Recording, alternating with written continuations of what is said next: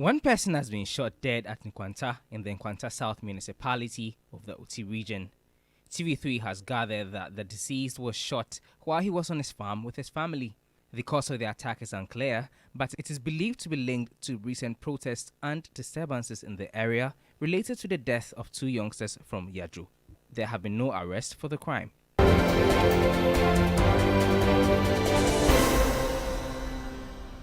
The Emission Levy Bill and Vehicle Income Tax Amendment Bill passed by Parliament are set to kick in effective January 2024.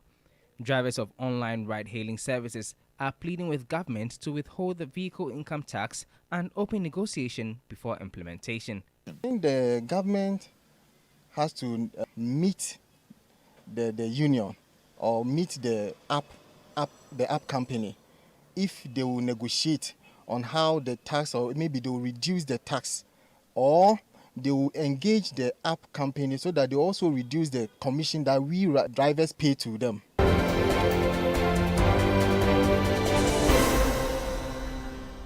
The New Patriotic Party has constituted an appeals committee to resolve grievances that may arise from the vetting of parliamentary aspirants in constituencies with sitting members of parliament scheduled between January 3 and January 5. The party will hold the primaries on January 27. We have made provision for appeals where candidates are not satisfied with decisions of vetting committees can appeal to the appeals committee.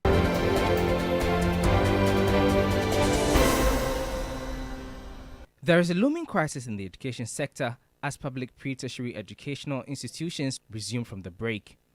At least 8 out of 10 trained teachers would leave the shores of Ghana and render their services abroad, given the opportunity. For most of these teachers, the poor working conditions and disrespect for the teaching profession in Ghana leave them with no option but to move to developed countries for better remuneration. There's reason we are many. So if you are many, people are going. What's the worry? As I'm standing now, because of money, I would have gone. When I travel to other countries, though, they put value on teachers, so they will increase my salary. So why should I stay in Ghana? I have to leave the country for a better place. If I have any chance, then I'm going. There are lots of students in Ghana. A lot of students. Some are even completing without getting jobs. So me leaving is not going to make anything fall short. There are lots of students.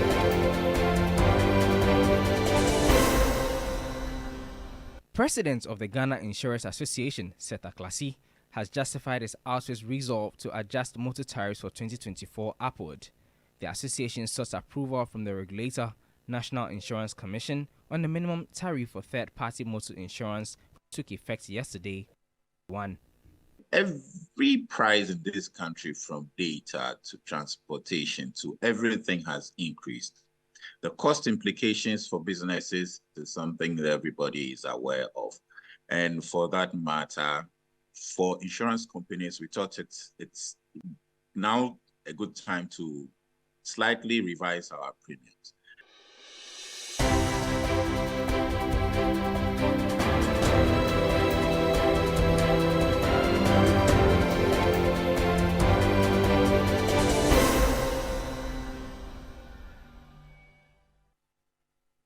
Well, there's more news on 3news.com. Make some time and visit 3news.com. This is Ghana Tonight. Coming up, news just coming through right now from the northern region is that the NPP, that's a New Patriotic Party, Bimbilla office, has been vandalized over removal of an aspirant, one Alhaj Zaruk's name from the vetting list, which is scheduled to take place in the coming days. What you're seeing right now on the screen are videos of this incident that happened not too long ago. In fact, just about some 30 minutes ago, this incident happened. And what we're seeing right now, from the indication we're getting on the ground, the crowd is massing up this particular area, the office of the NPP in the Bimbilla. Now, these are videos of the persons who are aggrieved, not too happy about the decision to have one of the number of persons who wanted to contest the Bimbilla seat on the ticket of the NPP disqualified. In fact, his name has been removed from the list. And that's what you're saying there. We understand also that some used tires were bent, and that's the fire you're seeing, and the office of the NPP vandalized. Now, I wanted to take a listen to one of the persons just expressing their grievance about the decision to have this person's name removed. Take a look. No, we don't need him. We want the two of them to contest. What I want is the democratic that's democracy. Really, the MP claimed that he's working for the constituency. Yes. Why is he running away from contest? If you say you are working for the people, you know you have the base air, the ground. Why are you running away from the contest? From competition. We are in the democracy system, and you have to come out and then choose whoever wins, and we will represent the party, and we will accept and support the person. Right now, we haven't gone to vetting, and we have already removed his name. And accepted on what basis?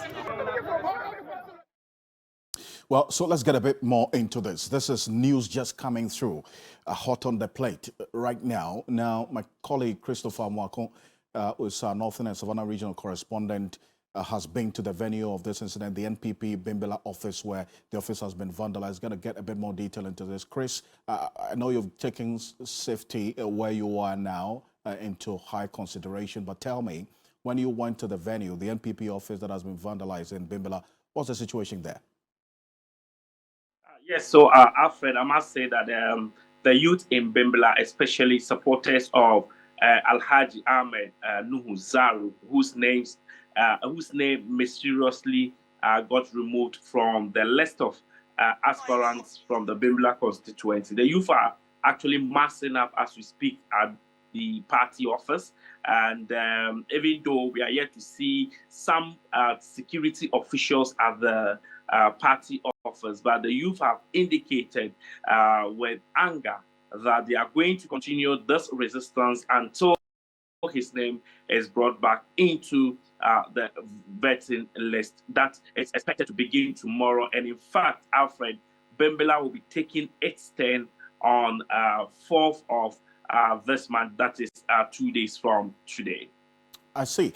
Now, but the security there at the party office, to what extent, let's first understand the extent of damage that has been caused to the office of the NPP in the Bimbilla area as we speak.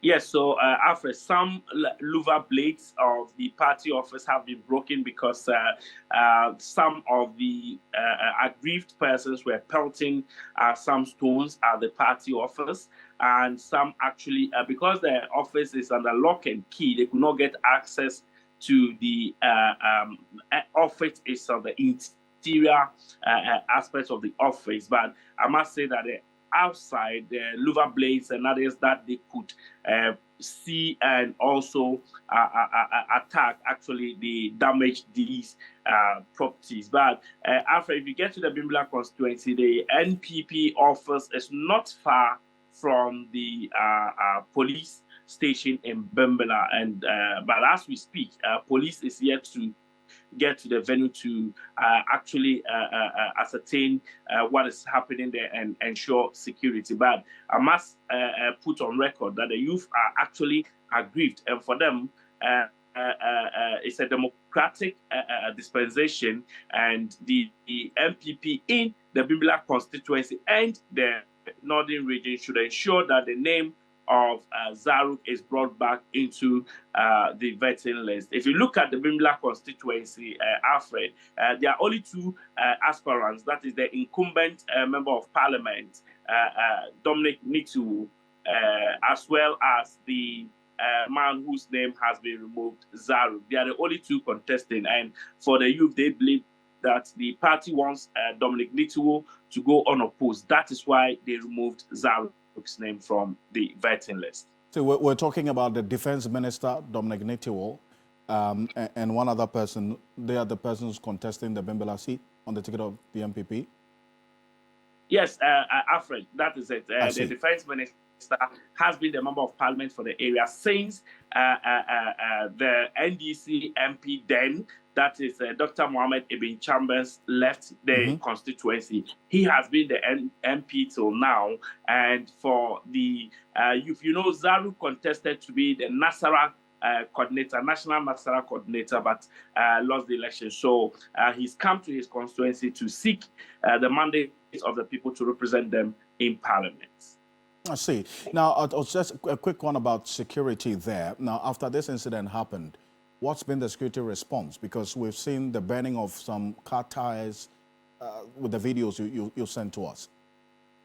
Yes, so Alfred, like I said earlier, the police is here to visit the scene.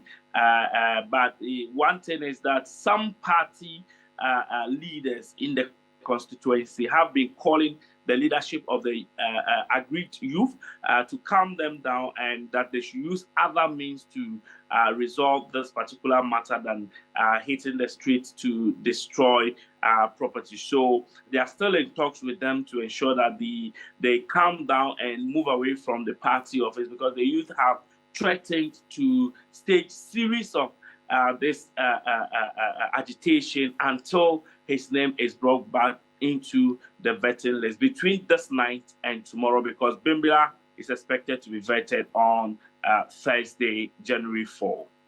And I know that this is something that you're going to keep a close eye on here on your Election Command Center. Chris, I do appreciate the update on this. Thank you.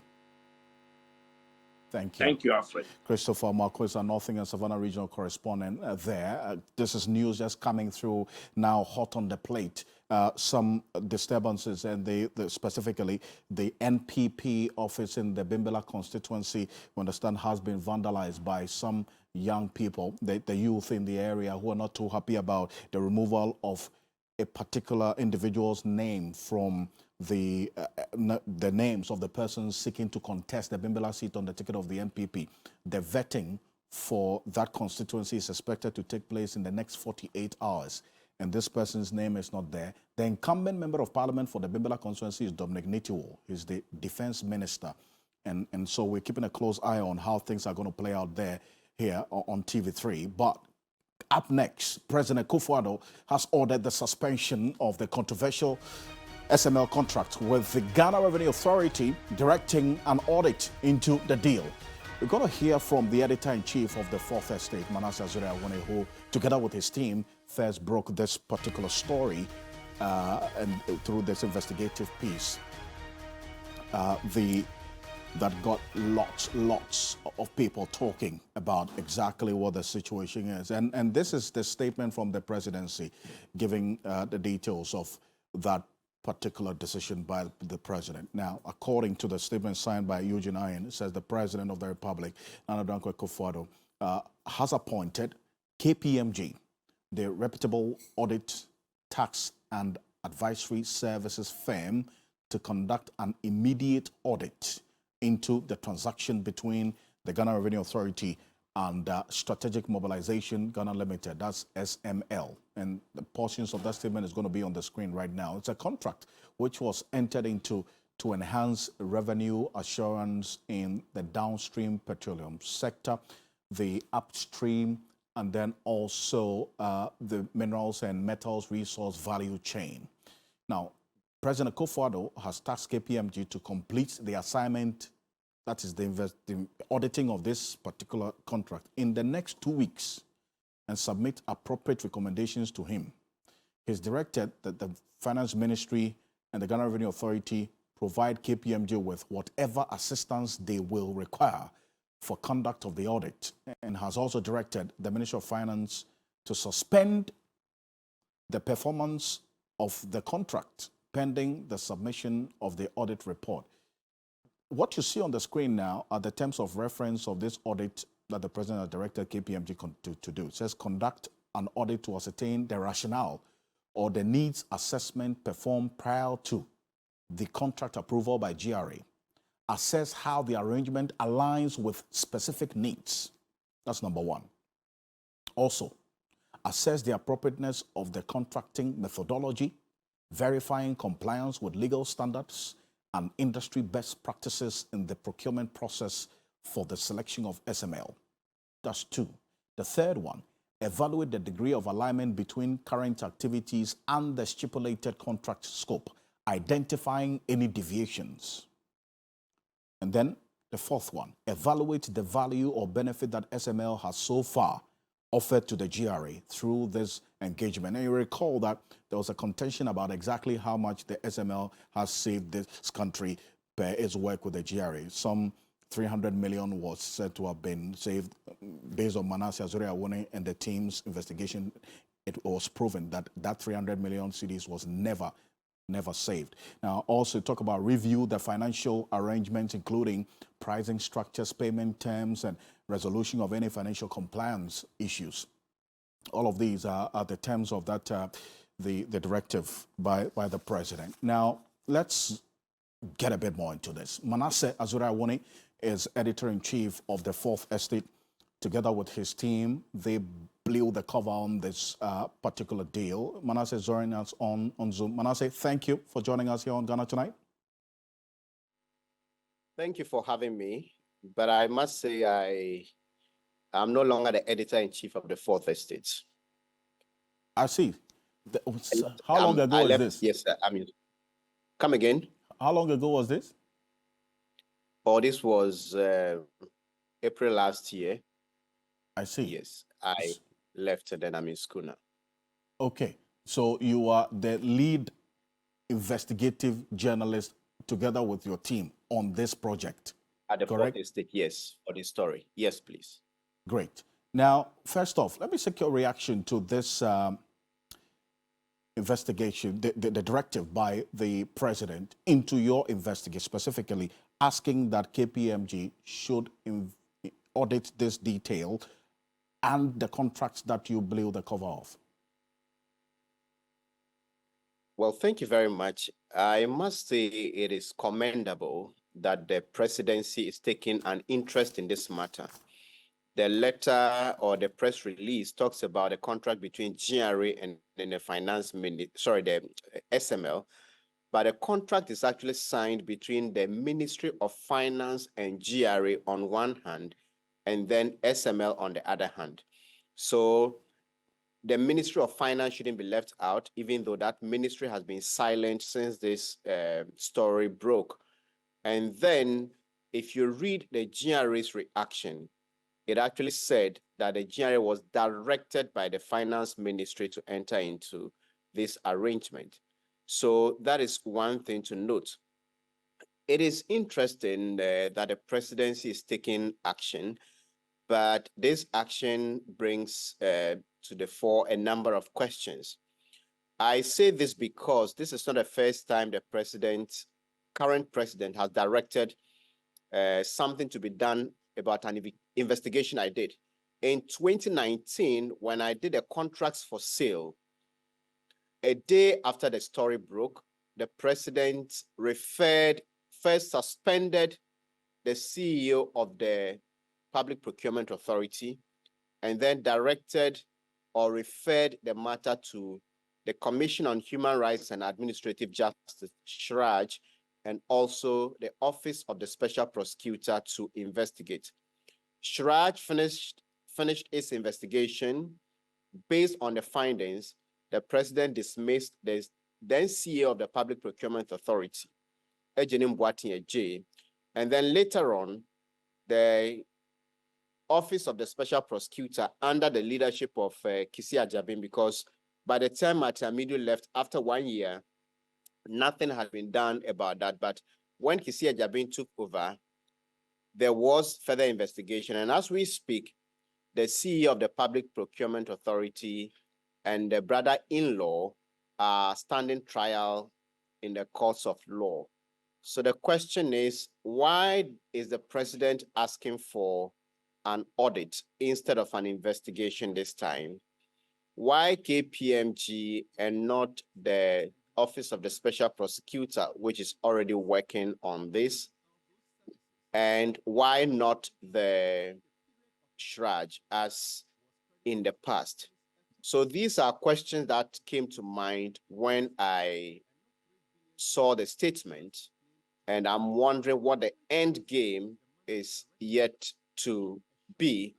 a number of people on social media and on WhatsApp platforms are saying, well, this is perhaps an attempt to whitewash the report and perhaps clear the people.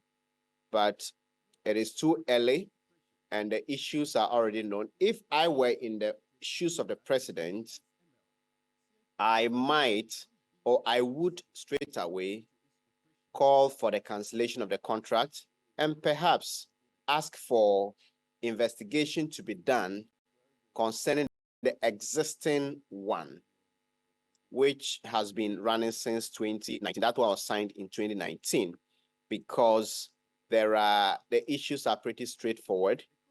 The people claim to be doing certain services and saving money when they were confronted with evidence that you are not doing these services. That's diversion, dilution, and the declaration, those methods or ways through which revenue was lost. They admitted they weren't doing them, deleted them from their websites. And the question is, the new contracts to go into gold mining and oil production, what exactly are they going to do? And I think there's enough evidence for the president to have taken action, especially now that Parliament is investigating and also the Office of the Special Prosecutor is also in this matter. So I am a bit confused as to the end game, the intention on the mind of the president for taking this action. Coming to the next question about the end game or the end objective, you've gone ahead of me. The point you make is that this is not the first time the president has directed an investigation or an audit of a sort into your work. And so this move does not get you any confident about something substantial being done about this? Well, it will be too early to say that it doesn't give me confidence, but I'm just wondering what the end game is. KPMG is a company that has a reputation to protect, even though this company has had its own share of issues or scandals in maybe South Africa and perhaps elsewhere. But one would want to give them the benefit of the doubt that when they go in there, they will do a good job. My worry or my concern or confusion, if I should put it so, is why this action is different from what the president ordered in the PPA case. That's the contracts for sale case. It was to the SHRAJ and also the Office of the Special Prosecutor. And now the president says KPMG should go in and then bring a report in 2 weeks. And if you look at the terms of reference, it appears it is likely or it leans more towards administrative processes. And if you read what the GRA said, it said, well, this contract went through the procurement processes. We got approval and That's we right. awarded it. Oh, this company is doing so much to help us. So if KPMG goes and then perhaps they recite the same explanations backed by approval documents from PPA, will the president now say, well, let's go ahead and continue it? And the question every Ghanaian should be concerned about is, having watched the documentary, and if those who are listening to commentary would care to watch, the question we should be asking is SML, what they are doing, their responses, the explanation in the documentary, is this company justified in taking a percentage from every liter of fuel that is bought in Ghana, every barrel of fuel that is produced in Ghana, and every ounce of gold that is produced in Ghana? Does this company warrant that? To the extent that we are looking at over $100 million a year, that's roughly $1.2 billion Ghana cedis every year. Does this company deserve to take that from the country that is struggling to raise revenues and perhaps provide very critical services? That is the question Ghanaians should be asking, irrespective of what the KPMG or the presidency has in mind. I see. And these are fundamental questions, very important in there.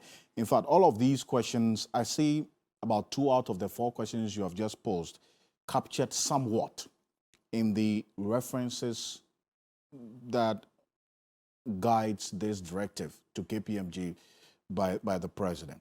In the end, it is the end game that we're all looking at. But taking into consideration what you found during that investigation, one, that this 3 billion cedis that this company said it has saved this country was really never saved. And then also some of the questions you raised about the terms of engagement, how this company was engaged in the first place and what it says it is doing, which you went onto its website, you realize that indeed the services they've put there, they deleted it after some time and so on. Based on that information that you have, what should be the expected end game in whatever investigation or audit instituted? On the evidence we got, speaking to this company, speaking to GRA officials, speaking to MPA, and going through the system, it was obvious, and quite a number of civil society persons and people who are familiar with operations of this sector, including the Africa Center for Energy Policy, this company was not needed in the first place. And so this company doesn't appear to deserve even 1 pesewa from the Republic of Ghana, because the most important service it says it does now is to measure or take readings of petroleum products that are lifted at the various depots. And it will interest you to note that the GRA which contracted this company doesn't even use this company's figures to calculate taxes. It uses the figures that are generated by the existing systems, the existing meters at the loading gantries, which go through the MPA's ERDMS, which is connected to customs ICOMs. So if TV3 employs someone to, let's say, monitor something for TV3, maybe the number of minutes of ads played, and then pays the company so much, but at the end of the day, TV3 uses the existing figures and not this company's figures.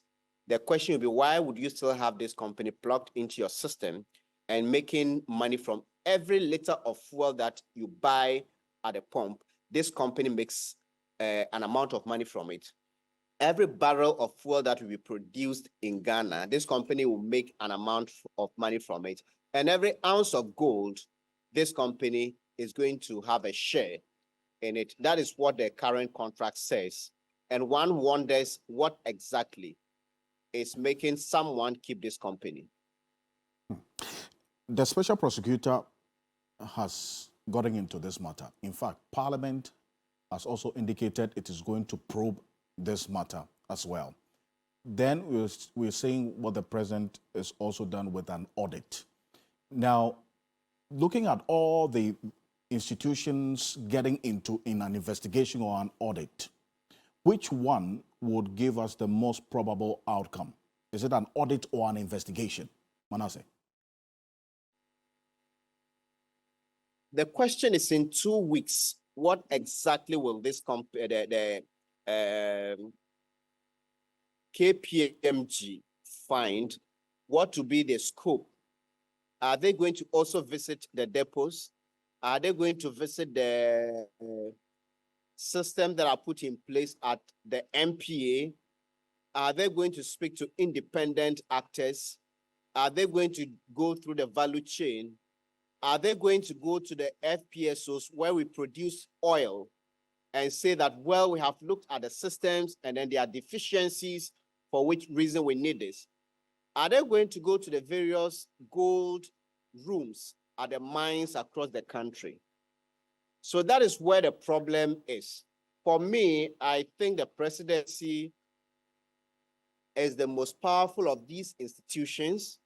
The presidency can call for this contract to be abolished, and I think there is enough evidence from the documentary and also from the commentary and information available at state agencies and even some of the civil society organizations that are working in this regard. Manasseh, I do appreciate your time on this. So you are not too confident that 2 weeks is enough time to have any meaningful outcome of an audit, considering the nature of this contract, this deal that we're talking about, finally? Yes, I think so. And an audit and not an investigation. I don't know much about the difference, but there appears to be a way to perhaps look at the administrative processes and maybe not a very comprehensive investigation of all the other factors. But as I said earlier, we may want to give KPMG the benefit of the doubt, knowing that they have a reputation to protect and knowing that much of the information is already in the public domain. And we don't now or yet know the end game, what the president intends to get or do, for which reason now it is not the office of the special prosecutor enshrined as in the past, but an audit. So I think all Ghanaians, including the media, should pay a critical attention to it. And then we ensure that at the end of the day, whatever that comes up is in the best interest of Ghana. That is what some of us are after. I don't have anything against SML until I got into this. I really didn't know anybody in that company or even the company and what it does. It is the public interest that everybody should be concerned about. And at the end of the day, it's Ghana's money. It's not Manasseh or the Fourth Estate's money. Indeed. So we should all be interested in what comes out of this and how that saves us money. And that's exactly why we take out all of the interest in this as well and how things will play out in the coming days. Manasseh, I appreciate your time. I know you have a lot on your plate today, but thank you for making the time to connect with us on Ghana Tonight. Thank you so much. Thank you.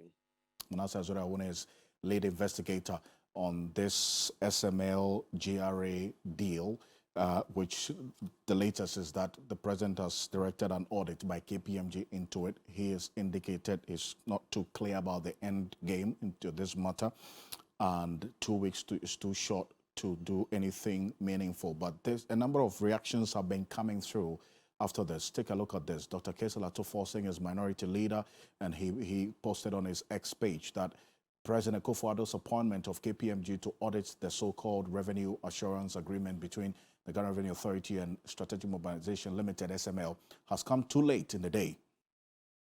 Continues. Parliament has already directed the Finance Committee to audit the infamous agreement, and the committee is actively seized with the matter. The president, who should have led this fight in the wake of this scandal, is playing catch-up since Parliament has also directed the GRA to suspend all payments to SML. And this whitewashing attempt by the president in the name of an audit will not dissuade Parliament from looking into this matter to stop the siphoning of state resources into the private pockets of government officials and their crony business partners, as Dr. Kesela forcing there. And a number of people, in fact, also reacting to this on our Facebook page and on our X page as well, and keep the conversation going and the issues coming up here on Ghana Tonight. But there's some news we've been following over the last 18 hours today, and then another person has reportedly been shot dead at Nkwanta in the Oti region. The area has been reported to be the hotbed of disturbances in the last few weeks, prompting a curfew in the area. More than 10 people have been killed in the disturbances believed to be land and chieftaincy related. So that is another issue that we got information of now, and the happenings in that area, and it's something that we're keeping a close eye on as well, and the developments in them. But let's go straight to the area. Joshua Makubu is the OT Regional Minister. He's the head of the Regional Security Council. Thank you very much for joining us here on Ghana Tonight. First of all, this news of another person being killed as a result of this chieftaincy issue. What's the latest? How have you been briefed on this? There were two incidents. I see. In the early hours of the day, it was reported that someone was shot around Kumasi. And then the police went on a search and then found a lifeless body, which has since been deposited at the mortuary. Then later in the day, some other people went to load Gary, either from Kiri or, and then around Odomi, they were also shot. And then 4 of them have sustained some levels of injuries, and then they are currently receiving treatment at the hospital. I see. But you said that there were 2 incidents. Did these incidents happen within the curfew areas and within the curfew hours, just to get that understanding? Yep, it's within the curfew areas, but we outside the curfew hours. Before 9 o'clock, I was informed of the first shooting incidents around Kumasi, not in town, but outskirts, like a farm setting. Then later on in the afternoon, the shooting around Odomi. I see. But these 2 incidents, based on the initial briefing that you have received so far, is it related to the chieftaincy conflict in the area? Yeah, though investigations have not been conducted, but we are of the high suspicion that it has something to do with the conflict. I see. I recall that. I recall that the last time we spoke, when there were some clashes that led to the death of about 8 people. This was almost a month ago. I did indicate to you that there's a possibility of a reprisal attack from the other faction who lost the 8 people. And so with what has happened today, that's led to the death of this person, would you describe that as a reprisal attack based on the nature of how it happened and the briefing you've received? Yeah, my brother, yes, we can describe it as a reprisal attack kind of thing. But what is happening now is that you don't see a group of people going to face another group of people. You'll be there and they'll say, on so and so farm, somebody is going to the farm, and then we're together, he moved this way, we heard of a gunshot, and then they ran to report in the house, it's reported to the police. Sometimes they will go and they will spend about 3-4 hours going around the area before they eventually find that somebody has been shot. In some cases, even the first day, the search does not produce any results. The following day, they get there, and then they eventually find that somebody has been shot. So it's some kind of reprisal, but this time not having a group that you can say that ethnic group A has gone to attack ethnic group B. You only be informed that the shooting has occurred. And when you get there, maybe after a body has been found, then the body could be identified to have been coming from a particular ethnic group. But as to who did the shooting, you are unable to tell. But I just want to understand this. Would you agree that as a Regional Security Council, if you were a bit proactive, this incident could have been prevented? Especially because, as I indicated to you about a month ago, that because of that incident that affected one side of the faction, they would definitely respond. They would have a revenge. So did you put measures in place to address this? As we speak, if you come to Nkwanta today, the Nkwanta town where the incident started is relatively safe and peaceful. After the first two incidents, up to now, we have not recorded any incidents in Nkwanta. I don't want to use the word township. That is the main area. But these ones that are happening, sometimes in a farm far away from Nkwanta, or even the village that is closest, it's on the farm. So I don't know the number of policemen or military we will have that will be able to maybe provide that level of security where on every farm there will be somebody, especially considering the fact that the people involved in these ethnic classes have several what do you call it, communities, and because they are intermarried, they settle in some cases among themselves.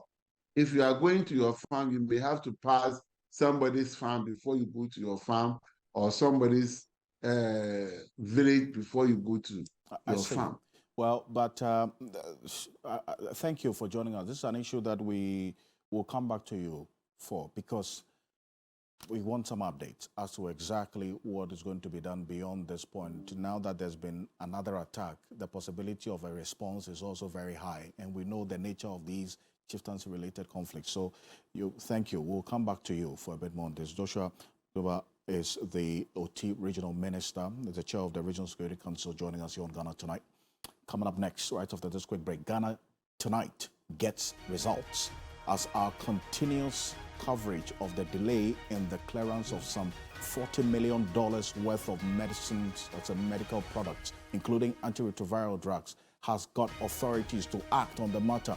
We'll tell you exactly what has been done. Stay with us after this quick break.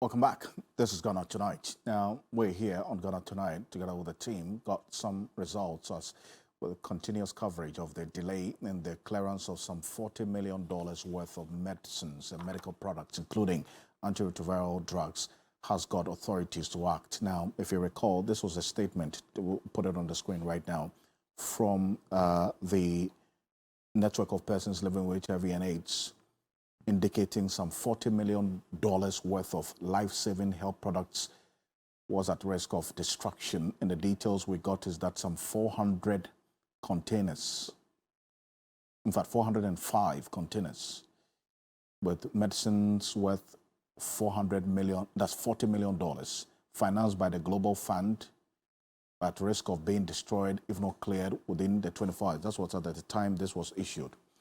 The products crucial for the support of HIV and malaria products or programs in Ghana include the antiretrovirals and malaria products. The potential destruction of these commodities will result in massive stockouts of key commodities and also interrupt vital health services. And so when we got wind of this information, we stayed the steam on this matter continuously and got through to the various agencies who had to act, the health service specifically, and the Ministry of Health. Elsie Ayer is president of the network of persons living with HIV and AIDS. She's joining us. Madam, thank you so much for being with us every step of the way as we focused on this matter. What's the latest with these medicines that have been stuck at the ports? Specifically talking about medicines, but there are so many things in those containers stuck at the ports. They are including medicines and test kits and bed nets and all those things to help with the malaria elimination program in Ghana. So the latest information is that 130 containers had been cleared. And then as at the end of last month, at the end of December, another 83 containers were supposed to have been cleared. That's will have to be still yet to be confirmed. But then there's a plan to clear a specific number every week, so that at the end of January, all the containers would have been cleared. I see. So that's the updates on the state of those containers. Good stuff. Good. But 130 out of 405 containers.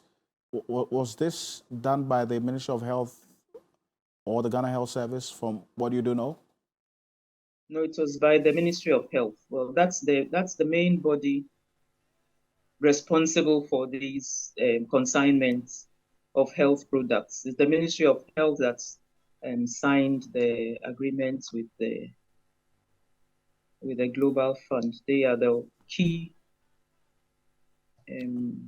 agency,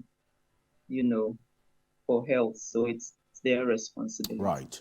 But so if I do the maths, I see that you have about 275 containers still at the ports. Any indication of when these will be cleared after this initial 130? The plan is that it will be cleared by the end of this month, by the end of January. So every week, some number would be cleared until everything is completely cleared.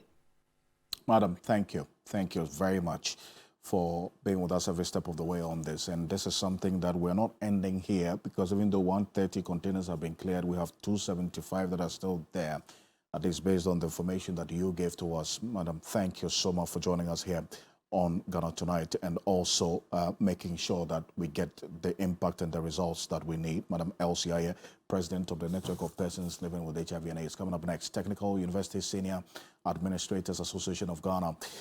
They've declared a nationwide strike effective Monday, January 8th. We'll tell you why.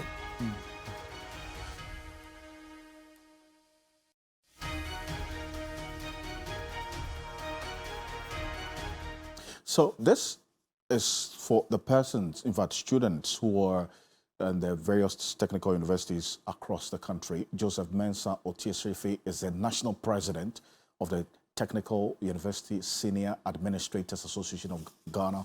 Thank you for joining us here, Mr. Srifi. Ghana Tonight. The notice you served of this nationwide strike effective next week, Monday, over the concerns related to what you say is non-compliance to your conditions of service. Tell us a bit more.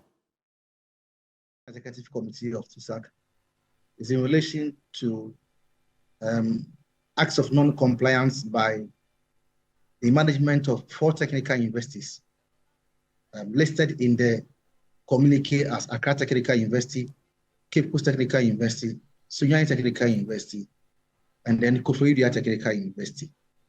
There is non-compliance in relation to conditions laid in our condition of service for persons who have attained the compulsory retiring age and who, by the nature of our condition of service, are supposed to enjoy the rollover as listed in provisions 34 and 14B of the condition of service. Now, the rollover implies that at the attainment of the compulsory retiring age, the eligible staff is expected to stay on until the expiration of the academic calendar of a university.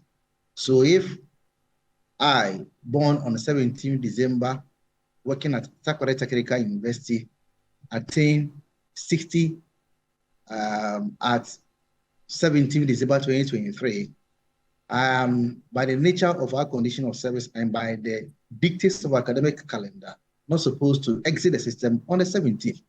but I exit at the expiration of the existing or the living academic calendar of the year. And these are conditions not peculiar to technical universities, but they are conditions that are applicable to all eligible staff of the public universities. Now, what the National Executive Committee has done is that we have reminded these 4 non-compliant institutions. We've copied the regulator, that is the Ghana Tertiary Education Commission. We've informed the Minister of Education. We have as well informed the Committee of the Vice Chancellors, that is VCTUG, and have indicated our resolve to withdraw our service should any of the technical universities refuse to comply. The latest is the matter from Kipus and Accra, and that is the immediate cause of our action. What we intend to do is that if these technical universities do not apply the eligible conditions to the members, we will not be available to render our service starting on the 9th of January, that is coming Tuesday. In fact, in the communique, we stated 8th, but our attention has been drawn to the fact that 8th of January is a holiday. Right, but Mr. Srifi, let me find out this. Don't you think the specific provision of the conditions of service in question allows a retiree to stay in office after their 60th birthday flies in the face of Article 199 of the Constitution? I'm talking about the 1992 Constitution of the Republic of Ghana, which states, and I quote, "A public officer shall, except as otherwise provided in this Constitution, retire from the public service on attaining the age of 60 years." And that's going to be on the screen right now. This provision, and that's read from the Constitution. So how do you marry that position in your conditions of service with what the Constitution says about the retiring age? It allows institutions also to make provisions in the interpretation of certain portions of it, provided that those institutions, those provisions made are in tandem with the procedures listed in the Constitution. That is why we have enabling laws that speak to the Constitution itself. The regulator, GTEC, has not raised any objections in respect to the conditions laid in our condition of service. Don't forget that the condition of service generated by the employer and the employee is approved by the regulator and sanctioned by the government. Objections have not been raised about the applications of the condition of service by the regulator. And these are conditions that are applicable to all the public universities in Ghana. So whether or not those provisions fly in the face of Article 199 as we are raising, I have a strong disagreement, because they are enabling laws in the Constitution allows enabling laws to be made for the sake of the operation of public corporations, including tech. Anyway, since you've given up until Monday, we'll see, and we're getting indication as well that the Minister of Education and then also the Ghana Education Tertiary Commission has also called you for a meeting tomorrow and Thursday as well. So we would be monitoring the outcome of that meeting. So they are viewers on this. Thank you very much for joining us, Mr. Joseph Mensah Oti Srifi, President, National President, Technical University Senior Administrators Association of Ghana. I want to say thank you so much to you out there for staying with us here on Ghana Tonight. Make it at the same time tomorrow. On behalf of the rest of the team, we appreciate your company. I am Alfred Okanse. Have a good night.